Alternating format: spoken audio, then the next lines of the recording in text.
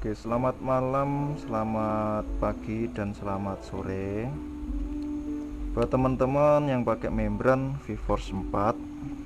Ini cara pemasangannya, dia nggak bisa plug and play karena dia membutuhkan porting. Portingnya harus presisi ya guys. Kalau ini juga harus ada ruangan sini sama sini, harus ada stand. Nggak boleh ini yang sampai melingkup, ini nggak boleh sampai melingkus kayak gini, nggak boleh. Dia harus longgar, yang posisi atas dan bawah ini harus longgar. Nah, harus longgar, nggak boleh sampai seret. Dia nggak, nanti kalau sampai dia gini dia gampang pecah. Ini ya, lidah membrannya gampang pecah. Terus cara portingnya juga seperti kalian harus punya ini mata porting, pakai bor atau pakai mesin porting nggak masalah. Kalau pakai bor kalau bisa ya silahkan. Kalau enaknya sih pakai bor kalau porting kayak gini. Ada beberapa macam sih, ini harganya sekitar 40.000 sampai 45 ribuan lah mata porting kayak gini. Ini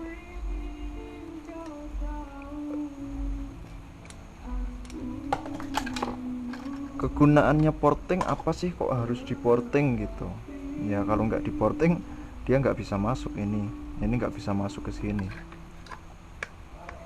Dia harus bisa presisi masuk tanpa paksaan. Nah, dia itu kalau nah ini yang perlu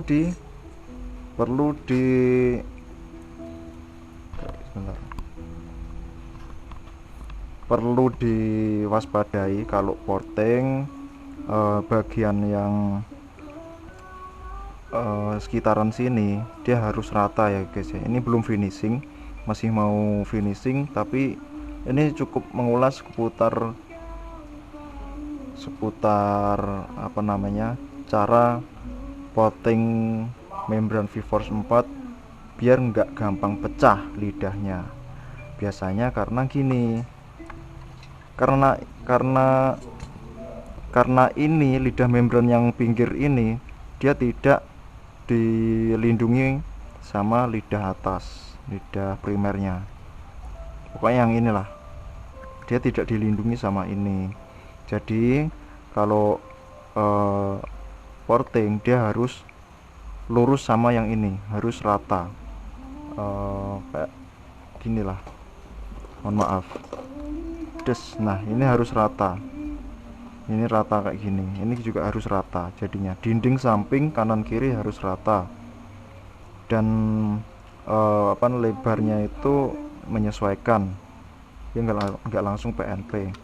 Kok nggak pilih ViVorce 3? Karena gini bos, untuk ViVorce 3 oke lah, enak untuk standaran oversize 100 sampai 200 enak. Cuman kalau ini juga oversize 250 sih, ini oversize 250, ini pakai blok Y4. Jadi dia itu full porting, bilas, lubang transfer, bilas, sampai ini semua di porting, menyesuaikan juga. Karena kalau nggak di porting biasanya dan sering terjadi itu ngejim sekernya itu macet kalau keadaan overhead panas. Kenapa kok ya seker gede pasti panas lah? Enggak gitu juga. Panas enggaknya seker besar itu tergantung bilas. Bilasnya itu kalau disesuaikan dia pasti sisa pembuangan itu bersih. Jadi kemasukan yang ditransfer lagi dari intake ditransfer dia pasti kan dingin, hawanya masih uapnya masih dingin. Nah ketika dia bilasnya itu disesuaikan dan sesuai dengan oversize shaker, dia lancar buangnya itu nggak ada sisa pembakaran yang berlebih gitu. Tergantung juga knalpot kalian. Kalau cambernya itu sudah sesuai standar racing atau yang pakai racing itu enak. Tapi kalau knalpot standar dipakai shaker yang udah gede dan sudah full porting, ya nggak enak, tetap aja kayak nggak maksimal gitu. Apalagi kalau motor kalian sudah di full polish di bagian crankcase kompresi primer di tempat bandul. Kalau orang awam ya, tempat bandul itu kalau ruangannya dipoles terus sudah di porting, sudah di sesuaikan jalur-jalurnya, sudah diperlancar kayak gini, diperlancar. Apalagi kalau pakai pemadat itu harus wajib porting. Sebenarnya kalau ulasan mengenai motor 4 tak, mohon maaf, motor 2 tak, setiap oversize harus wajib porting. Harusnya seperti itu, harusnya wajib porting. Dan juga shakernya juga di porting. Bagian mana yang di porting? Oke guys, untuk yang shaker yang saya maksud tadi seperti ini. Nah di daerah sini kita harus menyesuaikan lebar pada porting bagian transfer pada blok RX. Nah dia kan kayak gini, bentar ya.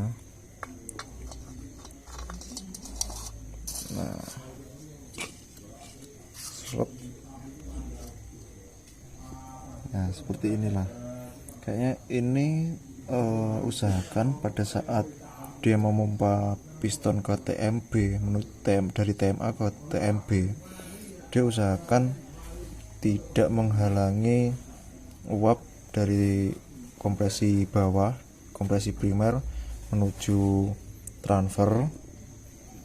Dia nggak terhalangi kan dari sini seret gitu, otomatis dia terbagi. Nah dan lagi kalau usahakan kalau sudah oversize RX ya sudah oversize ya, usahakan yang mohon maaf, ini bagian pada saat dia TMA dia kan otomatis nyedot seret, dia nyedot.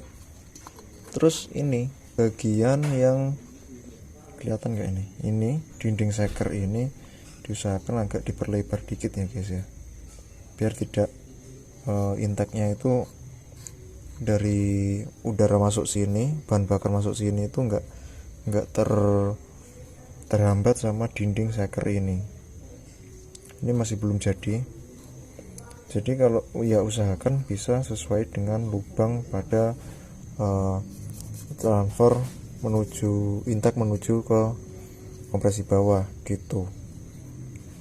Dan kalau bisa ya namanya 2 tak ya, kalau 2 tak itu usahakan setiap oversize kita harus menyesuaikan juga ruang bilasnya.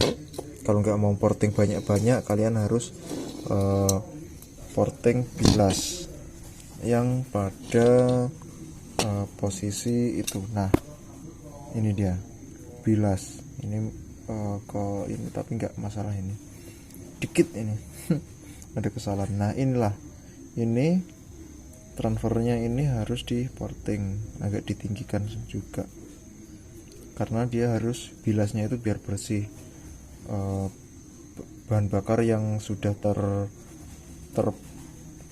terpantik api, dia bilasnya itu langsung membersihkan polusi bahan bakar yang udah pokoknya itulah udah terbakar, jadi langsung dia bersih, dia nggak gampang panas gitu guys. Ya itu aja sih, nggak ini cukup lah. Mungkin kalian tahu, kalau nggak ya kalau memang pengen ini, usahakan lubang exhaust ini harus halus gitu, harus bisa halus biar dia lancar gitu, nggak ada kerak-kerak atau sisa bahan bakar yang ini kayak kan biasanya ada hitam-hitam tuh, dia biar nggak nyangkut ke sini, dia diperhalus aja, itu udah nggak masalah. Ya udah, untuk ulasan 2 tak dan soal porting pemortingan dan oversize shaker cukup, mungkin kalian paham ya, usahakan paham lah, begitulah. Kan masih banyak ada teman-teman yang belum paham soal 2 tak, jadi ya kayak gini caranya biar kalian nggak salah paham. Nanti shaker baru kok ngejim kok shakernya kok sampai macet-macet, karena bilasnya biasanya nggak di porting gitu dari bengkelnya. Oke, terima kasih sudah menonton video kali ini. Ini juga masih lembur juga, itu mesinnya, itu kerangkanya, dan masih banyak lagi. Terima kasih untuk kalian yang sudah subscribe. Kalau nggak subscribe ya terserah sekalian, nggak masalah. Terima kasih banyak ya untuk teman-teman yang sudah subscribe dan melihat video ini. Terima kasih, selamat malam dan selamat sore. Bye bye.